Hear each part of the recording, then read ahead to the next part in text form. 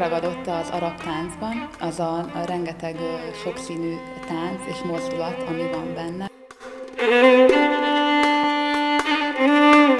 Nőies mozdulatok. Gavazi, Belidi, Kalidji, Dob, ritmus, fátyol. Ezek voltak Wittmann Viktória arab táncestjének jelszavai 2014. októberében.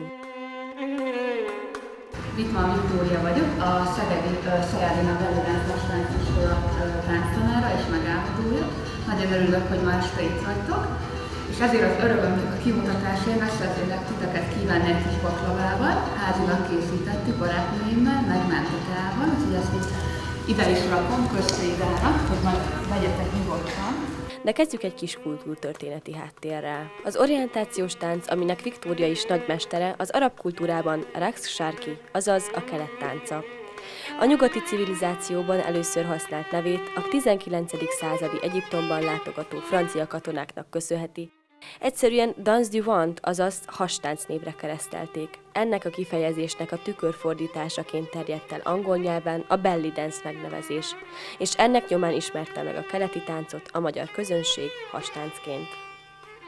Nagyon sok téveszme van azzal kapcsolatban, hogy mi is ez a hastánc, és nagyon sokan nem tudják, hogy mi ez. És igazából egy tévhit az az elgondolás, hogy a hastánc csak a hasnak a mozgását és a hasmozdulatokat kell alatta érteni. Igazából orientális táncnak kéne nevezni, mert nagyon sokfajta ágazata van, és a hasnak a mozgatása az csak egy része a táncnak. Nagyon sok karmozdulatokkal, csípő, mellkas mozdulatokkal, térformákkal dolgozunk.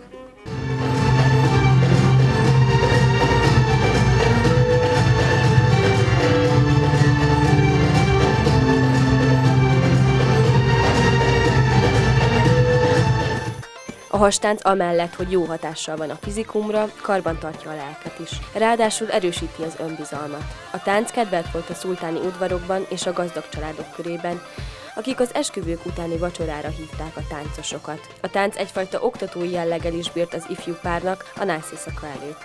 Idővel az oktató jelleg lekopott a táncról, és mára a művészet maradt. Ezt tapasztaltuk meg ezen az estén mi is.